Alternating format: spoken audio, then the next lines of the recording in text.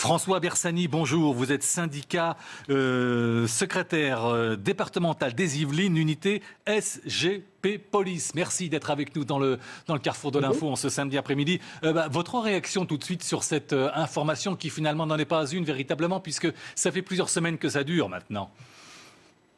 Oui, la libération de la parole pour les victimes de violences conjugales ou de violences sexistes avait déjà été remarquée sur l'année 2019 avec par exemple la création de la plateforme nationale qui permet de signaler les violences sexistes, sexuelles et bien sûr les violences conjugales. Tous les services d'investigation aujourd'hui de la police nationale sont concentrés aussi sur cette incrimination. Et en ce moment, en effet, on constate une recrudescence des faits, en tout cas qui sont signalés à la police nationale. Alors, il y a certes l'explication du confinement qui rend parfois la vie difficile au sein de couples qui n'ont pas l'habitude de vivre ensemble comme ça 2 mois consécutifs. Et les magistrats des différents parquets de France, en effet, nous disent aussi qu'ils ont affaire maintenant à une population d'hommes violents, puisque c'est quand même la majeure partie des hommes violents, qui étaient inconnus jusqu'à présent des services de justice et de police. Et ceux que l'on retrouve en ce moment dans les commissariats de police pour des procédures de violence conjugale sont principalement des hommes qui n'avaient jamais eu affaire à la police ou à la justice. Mais on a toujours quand même de la réitération et de la récidive parmi les auteurs de violences conjugales.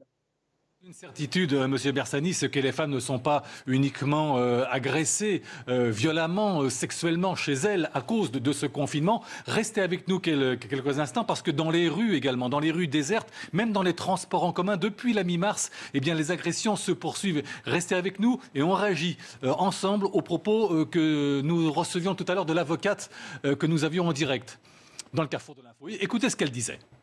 Le problème, c'est que dans les rues, nous n'avons pas peu de témoins maintenant. Et donc, lorsqu'une femme est agressée dans la rue, il va falloir que quelqu'un peut-être intervienne. Et maintenant, le grand problème, c'est que l'agresseur va dire « Attention, je suis atteint par le Covid, ne me touchez pas, ne me placez pas en garde à vue, ne me parlez pas ». Voire va cracher sur la femme ou sur les policiers, et on ne pourra pas traiter l'infraction en temps réel. Ce qui est maintenant un grand système de défense. Alors, vous l'avez entendu, M. Bersani, il s'agit là non pas de menaces, mais de chantage absolument monstrueux. Comment peut-on témoigner de cela? D'ailleurs, chez vous, là où vous travaillez, ou avec vos collègues autour de vous, est-ce que vous avez reçu également une multiplication de plaintes sur ce sujet-là depuis plusieurs semaines? Autrement dit, plusieurs témoignages finalement. Non, on n'a pas du tout de retour sur une problématique de signalement par les victimes, puisqu'au contraire, nous avons maintenant de plus en plus, par exemple, de voisins qui signalent les faits, la médiatisation également des violences conjugales ou des violences sexuelles et sexistes ont beaucoup porté leurs fruits. Donc nous avons énormément de témoins alors dans des immeubles quand ce sont des violences au sein des foyers, mais nous avons également des particuliers qui interviennent sur la voie publique.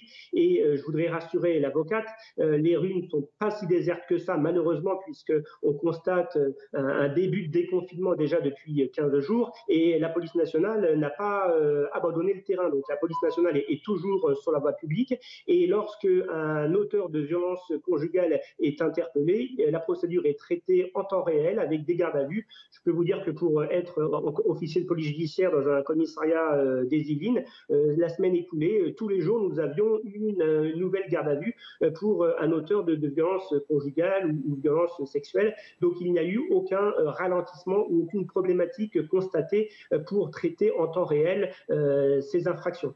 Merci Monsieur Bersani d'avoir été en direct dans le carrefour de l'info en ce samedi après-midi sur CNews. Retrouvez toute notre actualité sur videopolice.com, la chaîne YouTube d'Unité SGP Police.